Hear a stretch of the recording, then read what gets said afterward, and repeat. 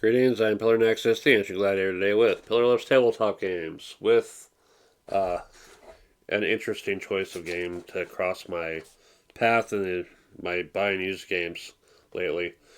Puerto Rico. Yeah, we'll talk about certain issues with it later, but let's just get into the game.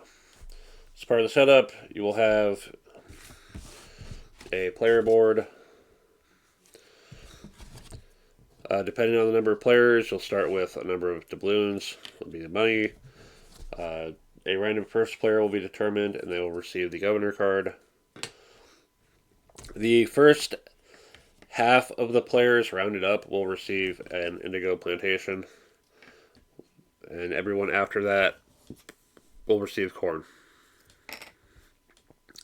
A number of victory points will start in a bank based on the number of players. The available trading ships will be determined by the number of players. The number of colonists will be determined by the number of players. Plantations will be shuffled and dealt into stacks, and a number of equal to players plus one will start available. The roles, the 6 main roles will always be used, but depending on how many players there are, prospectors might be added as well. Starting with the governor for the first round, each player will take an action tile, do the action with their privilege, and then the remaining players will take that same action if possible. Once everyone's done so, the next player will take a roll. They will get the privilege of it, and it'll go around. And finally, the last player will take their action, and everyone will follow.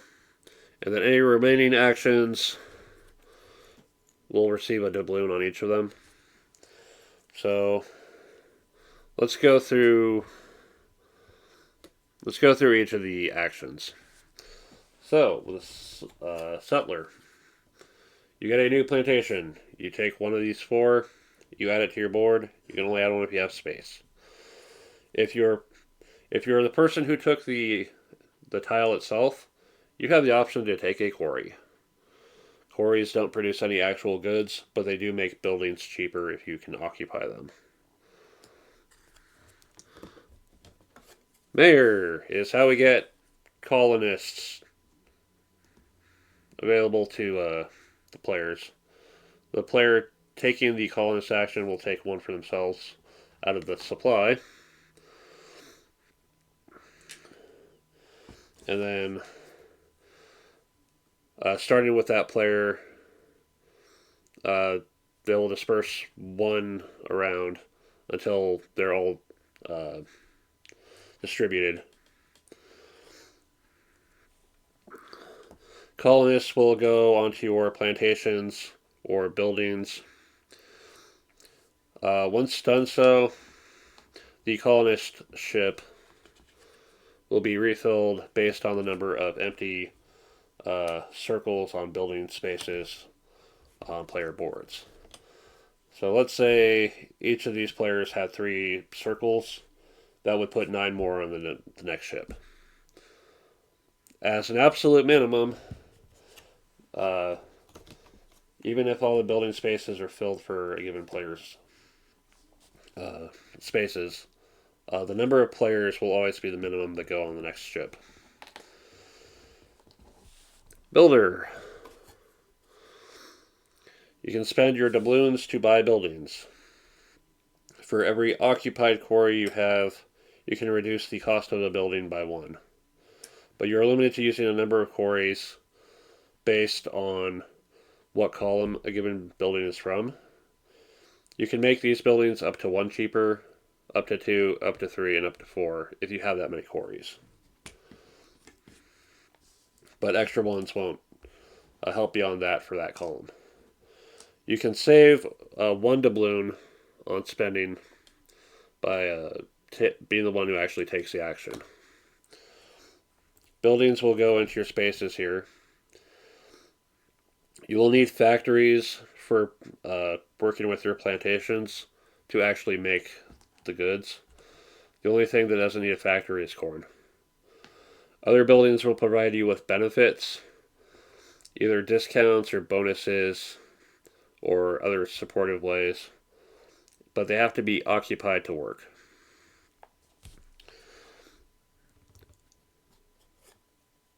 Also note that the large buildings, the very large buildings, while they're worth 4 points on their own, they're worth more points if you can occupy them and meet their conditions for additional points. The next role is craftsman. For each of your buildings, or for each of your plantations that are occupied and have the proper factory for fulfilling the production, you get the matching good. So, indigo and small indigo plants, if both are occupied, we get 1. Corn has the advantage of not needing a production building. You can just take it straight up. Also, if you're taking the craftsman action, after everyone else has taken their goods, you can take 1 more that you can actually produce, provided it's available out here.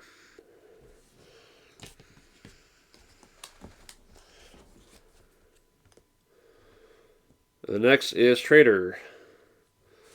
You take one of your goods and put it on the trading house and get that much money for it. Plus 1 if you actually took the action tile. Corn is worth nothing. So you're going to have to either use the trader action or the markets to increase its value. Indigo is worth 1, sugar is worth 2, tobacco is worth 3, and coffee is worth 4. You'll take those doubloons from the bank, add them to your board. And then there's captain. This is probably the big part of the game, is taking the goods you have and adding them to ships. For every good you put onto a ship, you get a victory point. It'll be a ship, and you'll keep it in your supply face down, so no one knows entirely how far ahead you are. You can only load the same types of goods onto one ship, and once it's full, it's full. At the end of So the actual process for the captain, starting with the person who actually took the action, they will choose one type of good that is already either already on a ship but isn't full yet, or is not being represented on any of the ships, and load it onto that ship. So let's say got 2 corn. We'll put it here. And the next person has like 3 indigo. We'll put it here. The person who put corn will get 2. The person who put indigo will get 3. If they're not filled up by the end of the turn, they remain there. It's possible to completely mess with someone's production by putting certain goods on ships to ensure that they can't put any of theirs on it. Any ships that are full will get cleared out. The person taking the captain, as long as they did any kind of putting goods on any ship this turn, they'll get a bonus point. I'm going to get back to the trading house real quick. You can only put different goods onto the trading house unless you have the office. And it doesn't empty out until the end of the action, and it has to be filled, which can cause problems for someone in a later turn. Anyway, again, once everyone's done their roll, the balloons will go into the remaining one. Let's go ahead and do a sample round of how things might play out. Let's say the governor picks builder. So using that 1 discount, so 1 plus 2 makes 3. We'll put it here and there. It'll set up over here. This player is paying 1 for the small indigo plant. And this player is going to spend 1 on the small market. So none of these are going to work until they actually get the people there to run them. So now it goes to this player. They're going to go with mayor. So they'll take 1 extra colonist from the supply for themselves.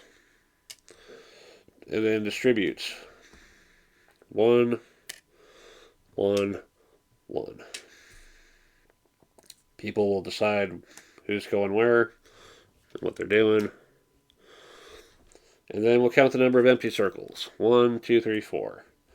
That is 4 more colonists on the colonist ship. Yeah, again, I'll be getting to that. Finally, this player is going to choose craftsmen. They produce corn. This player does not have the coordination between their plantation and their factory, so they don't make anything. But this player set things up to do what they need to do, and they'll have their indigo. And then it comes back to this player, and they get 1 extra good that they've already produced, or able to produce. Oh yeah, there's the other thing. And we'll put doubloons on everything else. Put the rolls back out. And the governor token will pass. Yeah, with more players, there'll be prospectors that just get you money. And since it's probably going to get skipped over quite a bit, it's probably going to build up quite a bit of doubloons before someone takes it, because that's a lot of money.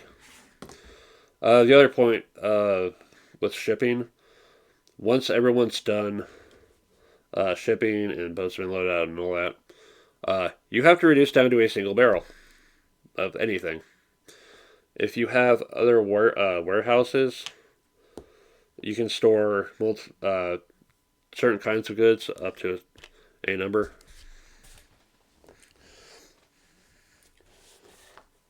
Yeah. Yeah, again, buildings will just provide you with various advantages.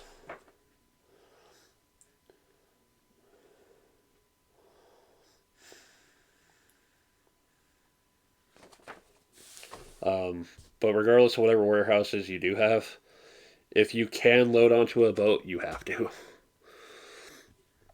Yeah. Let's go and go over the buildings real quick. The various factories that have to work with the plantations. So, in order to make the most of indigo plant, the large one, you would need 3 indigo plantations, and then the 3 people working those and the 3 people on this to get the full 3. If you're 1 short on either of these, you're going to use the lower number. So let's say you had 2 plantations and only 1 person working here, you're only going to get it 1. The small market and large market gives you more money when you place on the trading house. The office will let you sell the same kind of good that's already there. The hacienda gets you a plantation from the supply,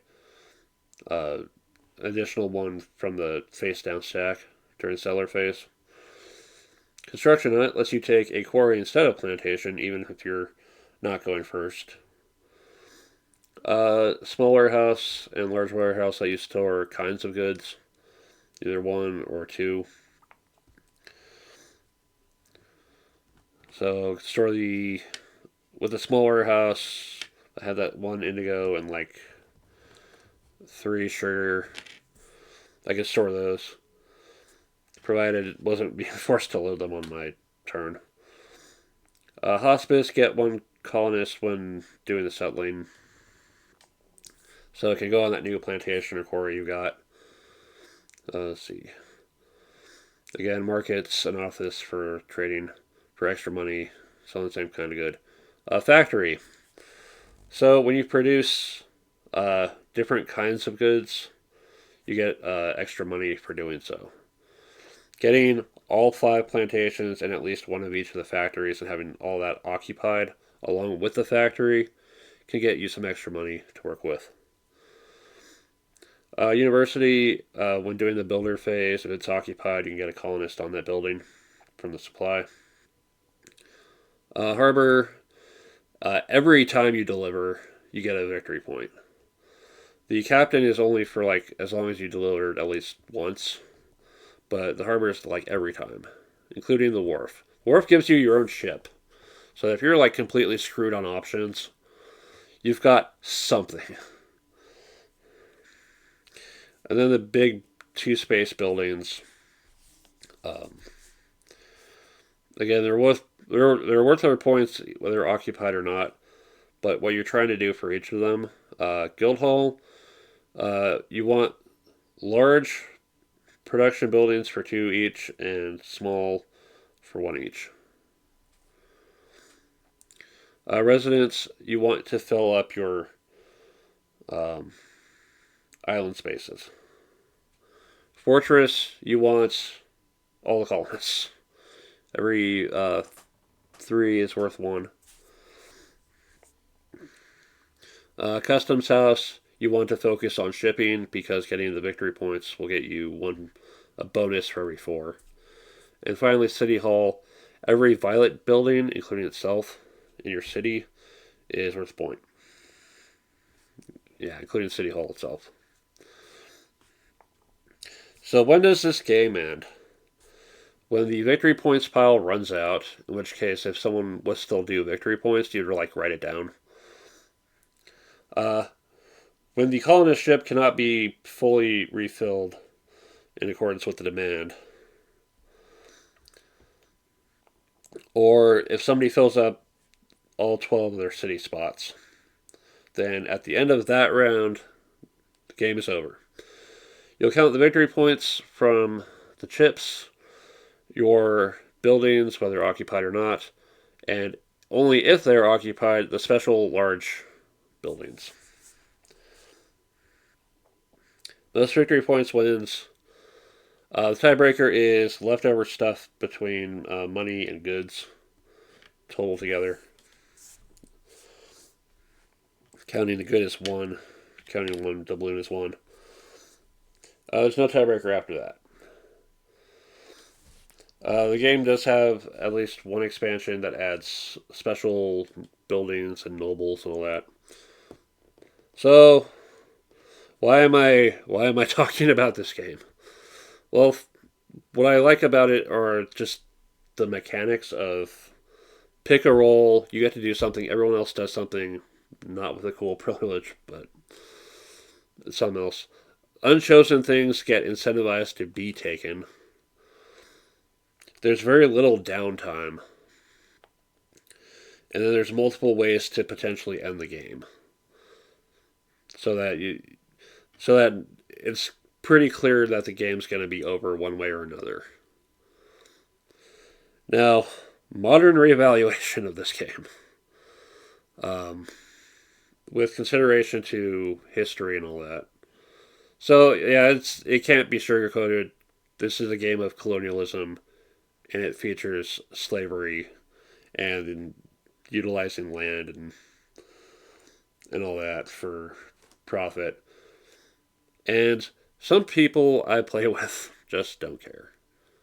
The kind of your play group may vary. Some people will look at this game and say, "Oh, hey, it's a game. Cool. Let's play."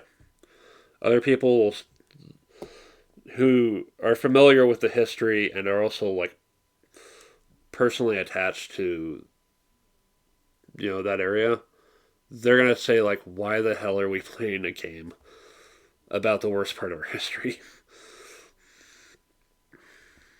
It's again, your play group may vary. Again, I like it for the mechanics over the theme. And it's probably part of why a lot of things have been going the last 2.5 decades with regard to tabletop gaming. Like features like roll follow in Twilight Imperium 3rd Edition, and also Galactic Emperor have caught on.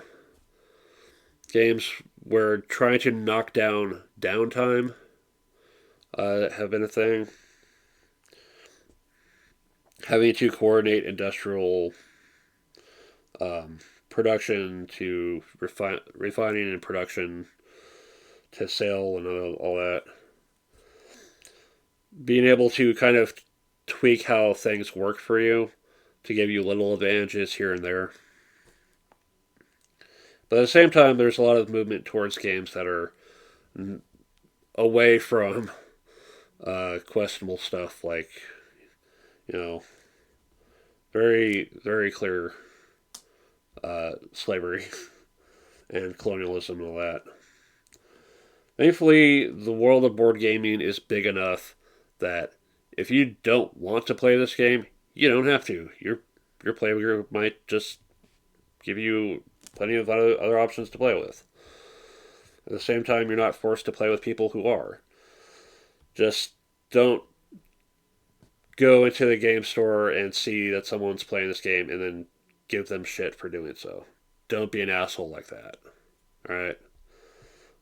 But love it or hate it, it is part of board gaming history, and I would be remiss not to cover it, at least in this form. Puerto Rico, play it or skip it. The game's got a new edition that's supposed to be a little more respectful to that era after they got their independence from Spain, but before the U.S. came in. It might be worth looking into that one. It might be worth looking into games that use its mechanics with different themes, especially the roll follow mechanic. Games like Twilight Imperium and others. Honestly, however you want to approach this game, just stand by it. Alright, thanks for watching. It's Spiller. We'll see you next time.